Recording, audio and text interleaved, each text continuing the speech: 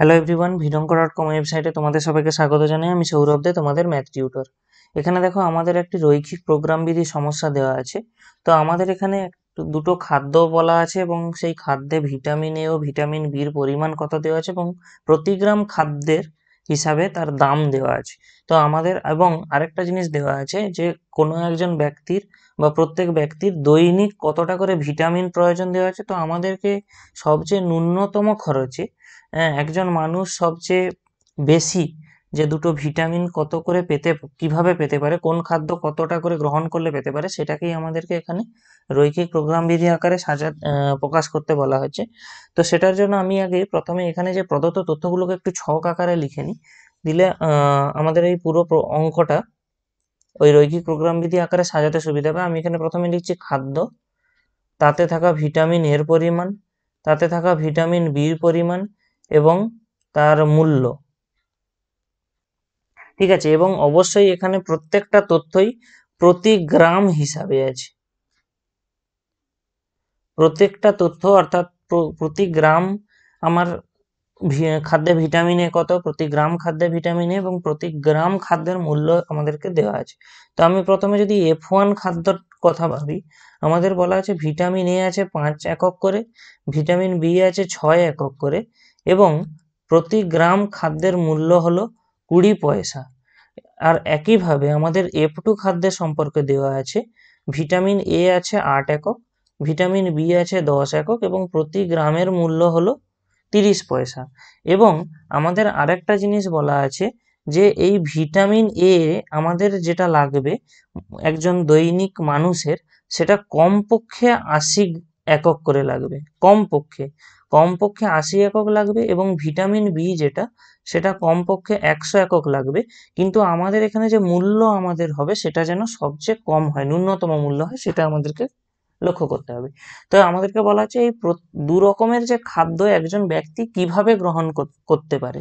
তো আমি এখানে ধরে নিচ্ছি একজন ব্যক্তির এক্স গ্রাম এক্স গ্রাম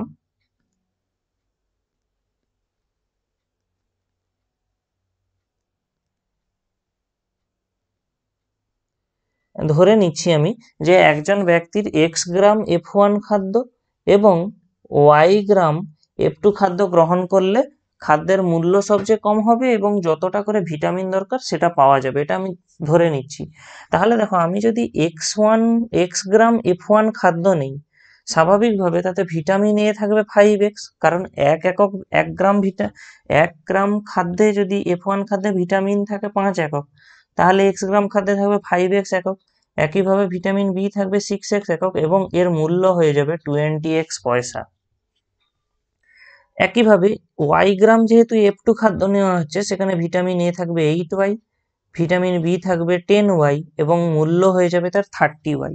তাহলে দেখো আমাদের যে মোট মূল্য এই এক্স গ্রাম যদি F1 খাদ্য এবং ওয়াই গ্রাম যদি F2 খাদ্য নেওয়া হয়, তাহলে মোট মূল্য যেটা হচ্ছে তাকে আমি যদি ক্যাপিটাল জেড দ্বারা প্রকাশ করি, সেটা কত আসছে 20x প্লাস 30y এবং আমাদের এই অংশটাকেই মিনিমাম করতে হবে বা ন্যূনতম করতে হবে। এবং আমাদের আরো একটা তথ্য দেখো, তাহলে আমি যদি এক্স গ্রাম F1 এবং ওয়াই গ্রাম F2 খাদ্য দিই, তাহলে মোট ভিটামিন এর পরিমাণটা কত আসছে 5x প্লাস 8y একক এবং মোট ভিটামিন বি আসছে 8x প্লাস 10y একক। তার মানে আমাদের এখান থেকে আমরা যে ভিটামিনগুলো পাচ্ছি, এখানে ভিটামিন এটা অবশ্যই এই 80 এককের সমান তো হতেই হবে, বেশি হলে ভালো। তার মানে 5x প্লাস 8yটাকে গ্রেটার দেন ইকুয়াল টু 80 হতে হবে। এটা হবে আমাদের একটি বাধা গোষ্ঠী। এবং আরেকটা বাধা যেটা আসবে সেটা হলো 6x plus 10y greater than equal two 100, কারণ ভিটামিন বির পরিমাণটা মিনিমাম 100 হতে হবে, অর্থাৎ 100 হতে পারে, 100 থেকে বেশি হলে ভালো হয়। তাহলে সেই হিসাবে আমাদের দুটো আমরা বাধা গোষ্ঠী পেলাম। তাহলে আমাদের এখানে যে রৈখিক প্রোগ্রাম বিধি সমস্যাটাকে এবারে আমরা প্রকাশ করতে পারি, যেখানে এক্স এবং ওয়াই হবে ডিসিশন ভেরিয়েবল বা সিদ্ধান্ত গ্রহণকারী চল। তাহলে আমাদের এখানে রৈখিক প্রোগ্রাম বিধি সমস্যাটা কেমন হবে, যে জেড ইকুয়াল টু, এই জেডটা কি না, জেডটা হলো আমাদের অবজেক্টিভ ফাংশন বা বিষয়াত্মক অপেক্ষক। তো Z equal to 20x plus 30y একে অবম করো যখন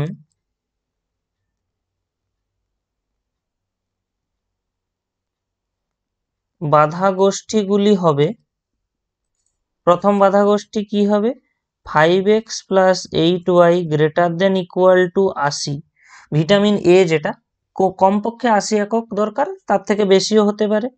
আর 6x plus 10y greater than equal two 100। একইভাবে এটা ভিটামিন বির ক্ষেত্রে আমরা লিখছি।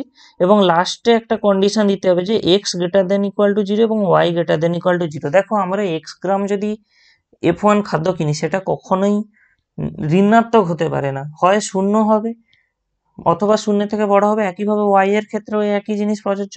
এই কন্ডিশনটাকে আমরা বলি নন নেগেটিভিটি কন্ডিশন। তাহলে এইটাই হবে অ্যাকচুয়ালি আমাদের এখানে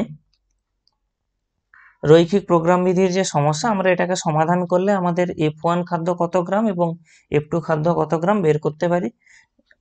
ভিরঙ্গ.com ওয়েবসাইটে ম্যাথটি দেখার জন্য অসংখ্য ধন্যবাদ জানাই। এরকমই নানা প্রশ্ন ও তাদের সমাধানের জন্য আমাদের ওয়েবসাইটটি ভিজিট করো।